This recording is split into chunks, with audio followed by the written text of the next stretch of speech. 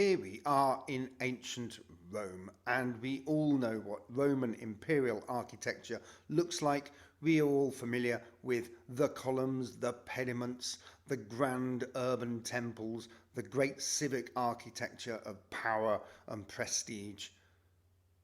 Here are the amphitheatres, here are the bridges, the aqueducts. This is Roman architecture. But what is Romanesque architecture? It's obviously connected, we can see that in the name, but it's actually a very distinct and different style of building. It dates from almost 1,000 years after the Roman Empire. Its purpose is very different. It looks very different. Hello and welcome to another Lockdown Learning with myself, Paul Holland. And in this session, we are looking at Romanesque architecture. This is a really interesting period of architecture. It's the first one to emerge after the fall of the Roman Empire, but quite a long time after the fall of the Roman Empire. We're talking about the 9th to the 12th centuries, but it's also the first truly Christian style, if you like. This is the first style to emerge from the Christian culture, the Christian civilization that took over Europe throughout the Dark Ages and into the Middle Ages.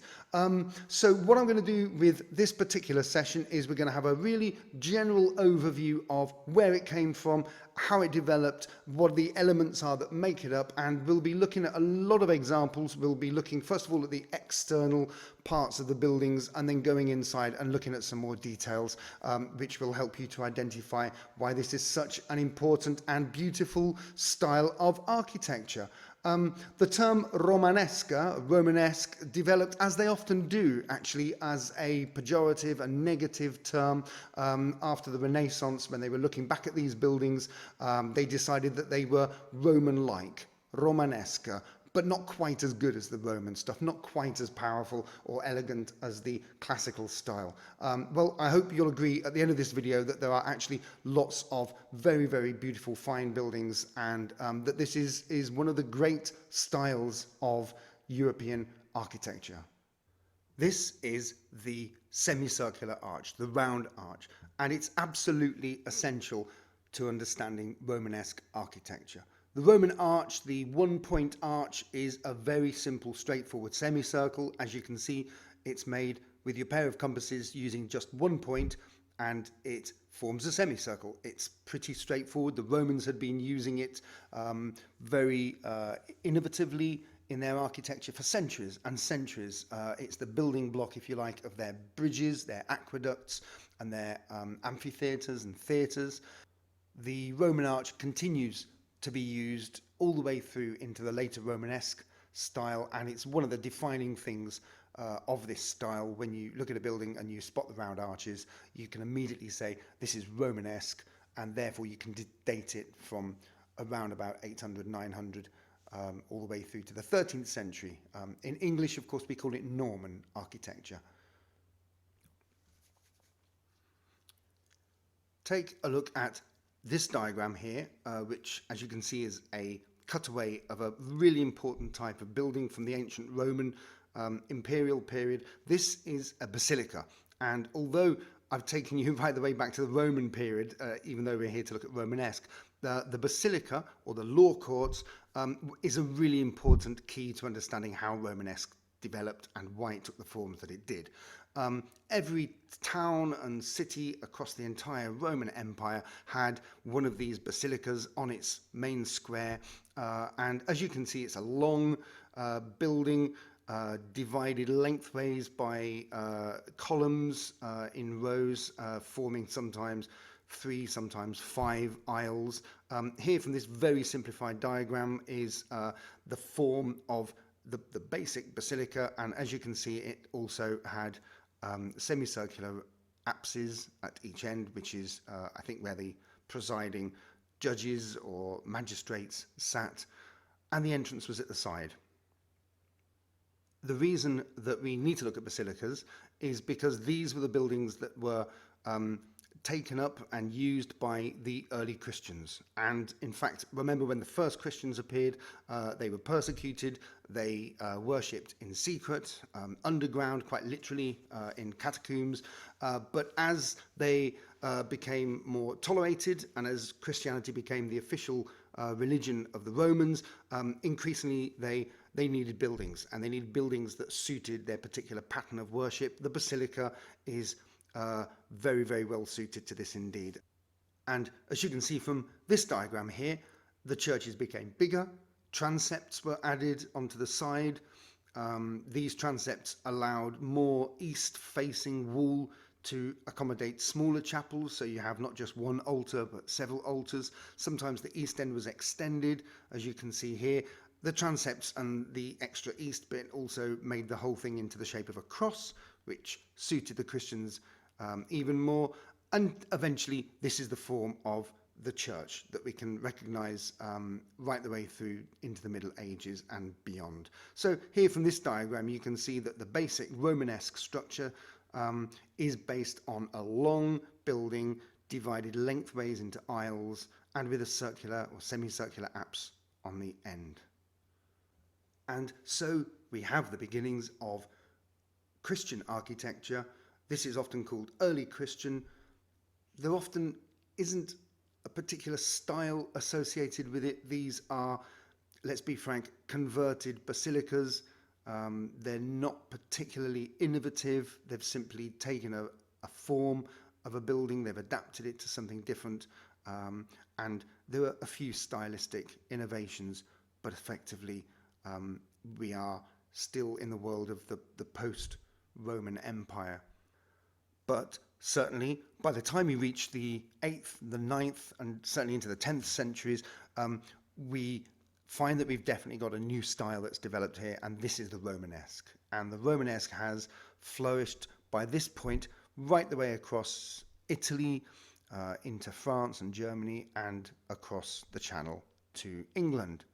So let's have a look at a few actual buildings now, and hopefully we'll be able to see how Romanesque as a style functions, how the various elements and patterns fit together to create this very recognizable style of building.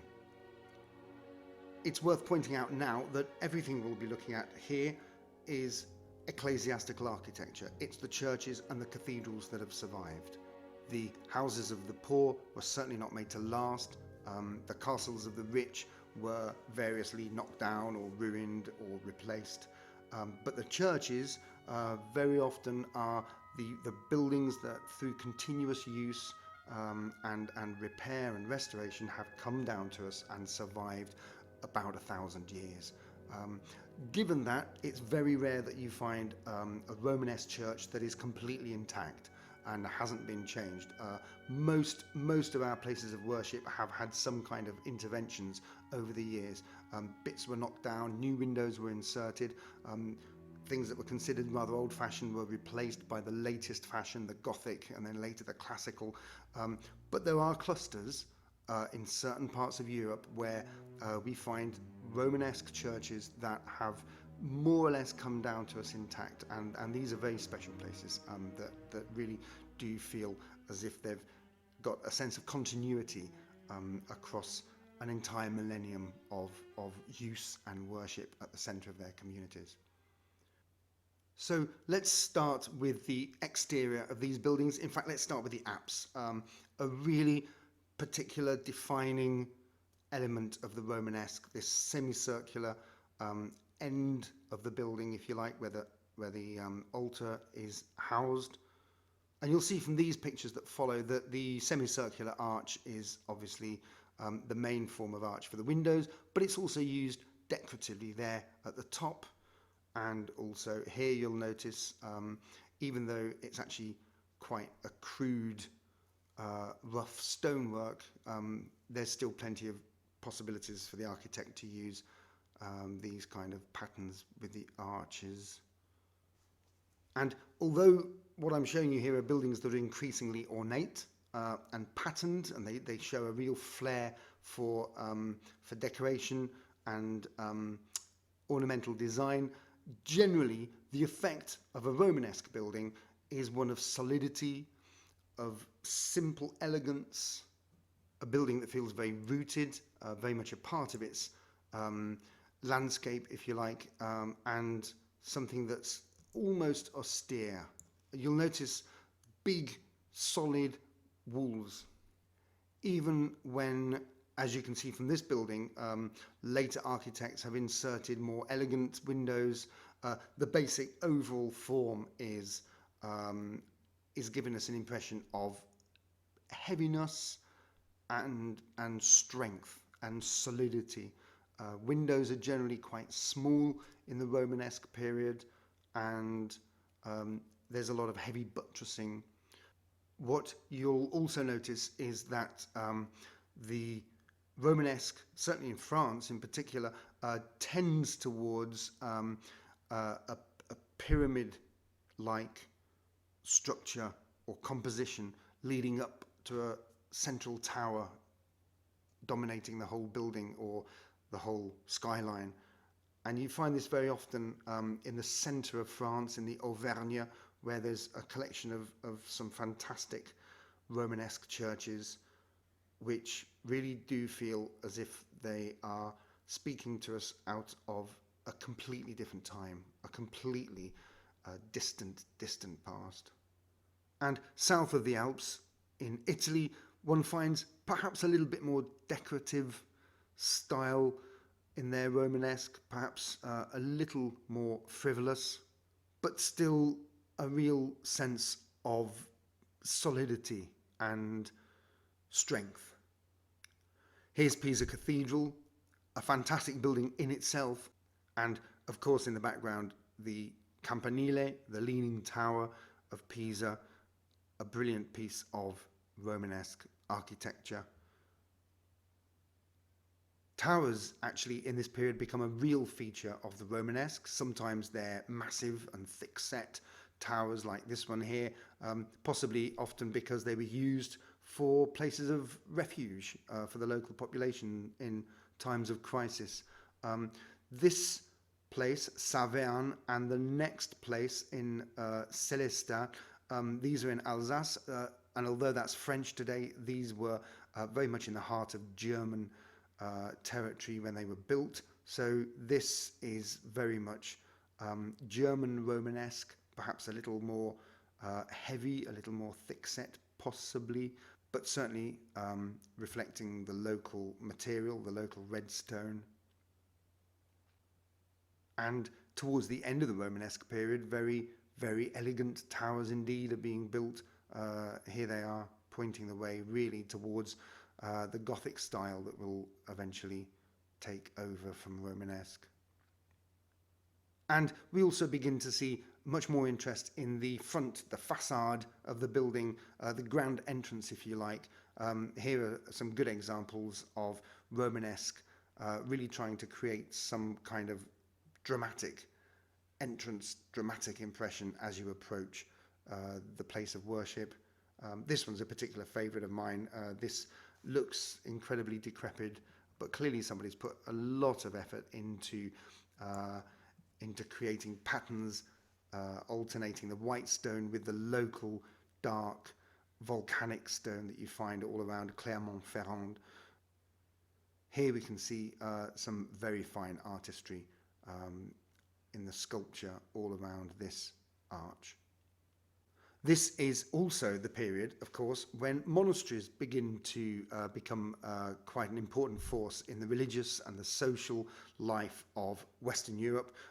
So obviously with monasteries come cloisters, and so here are some examples of wonderful Romanesque cloisters, places of peace and quiet where the monks could meditate or read the Bible or sometimes copy out manuscripts. Good, so now let's go inside one of these Romanesque churches. Let's get a feel for the interior, and immediately looking at this particular building, this is San Mignata in Florence, you'll notice that it comes in a direct line descended straight from the Roman Basilica. We even have Roman columns there, probably reused. We've got Roman arches, but this is now used as a church and is designed as a church. And moving on as well, if you can see here, what's happened is those columns have been very much simplified into big, solid, square piers. But the effect is still one of simplicity, one of austerity almost. And the other thing to notice as well, you can see it more from this angle, is the roof is incredibly simple as well. It's a light wooden roof that's been placed over the top. And in fact, I think this photo sums up very clearly how you can really see the structure of a Romanesque building. It is those vertical walls with a roof placed very clearly on top, and there's not much more to it than that.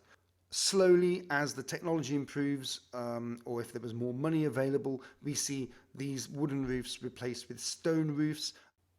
It's in the vaults underneath the church, underneath the body, or particularly underneath the apse of the church, that we find stone vaulting being used at first, but then gradually we begin to see it turning up in the church upstairs as well. Compared with the vertical, dynamic, soaring quality of Gothic buildings, these Romanesque churches, even the biggest ones, tend to exude a feeling of a calm, a sort of atmosphere of serenity, almost purity. Here's a very famous one in Vézelay. And here we are in Pisa Cathedral, a massive cathedral, a Romanesque building on the grandest of scales, but still there's quite a calm, horizontal effect actually throughout the whole building. Well, we've looked at the structure of the buildings. Let's look a little bit more at some of the details. The Romanesque period is a fantastic period for carvings, and we'll just have a look at a few examples of these.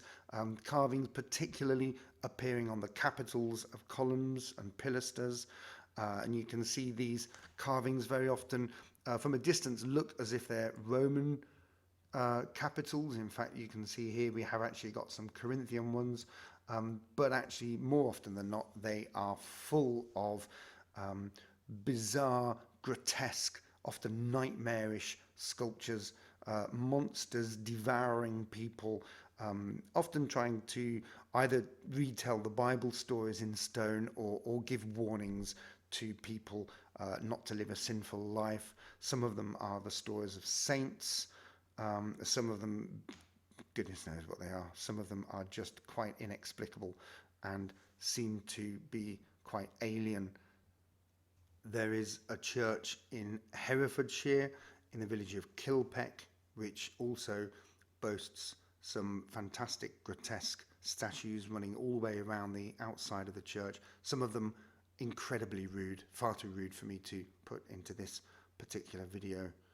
Go and check them out yourself.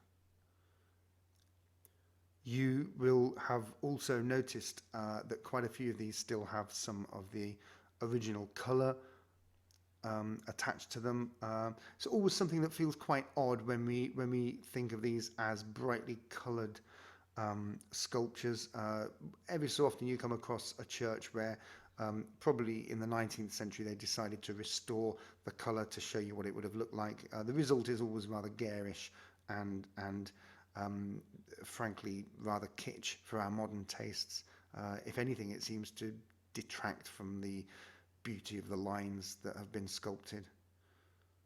We also have the sculpture that we find above the doorways in that semicircular space. That's called a tympanum, and these increasingly in the Romanesque period are beautiful examples of the return of sculpture almost.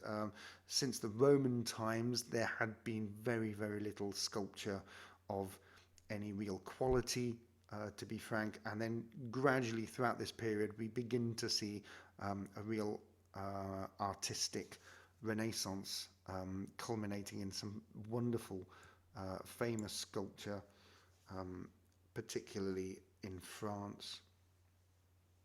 And when the Romanesque arrives here in England, as you can see, it's still very recognisably Romanesque. There's the round arches, and again a certain serenity, a certain calm throughout the whole building. But we don't call it Romanesque. We tend to call it Norman because the Normans primarily brought it across with them. There had been a little bit of Norman style building here in this country before the Normans arrived, before 1066, but certainly when William came over from Normandy, he and his bishops and his architects brought with them much more Romanesque architecture, and this is what we see throughout the next century and a bit in this country before Gothic takes over. And here are just a few diagrams from the excellent but ancient book by Bannister Fletcher, showing some of the differences between the Italian, the German, the French Romanesque styles. I'll put them up in sequence. Compared with Gothic, which comes next, which has really very distinctive differences between the national styles. Romanesque really doesn't show as many differences. It's not quite as easy to spot what makes an Italian Romanesque building as distinct from a German one, but there are a few subtle variations, not least the materials, but also certain use of decorations and certain motifs that appear amongst the different regions of Europe. So that's Romanesque architecture, just a general overview. I hope you enjoyed that, and I hope it was useful for you. If you enjoyed it, please subscribe, thank you, and maybe have a look at some of the other things that I've got about art history and other bits and pieces in my playlist on lockdown learning. Thank you very much, and see you next time. Goodbye.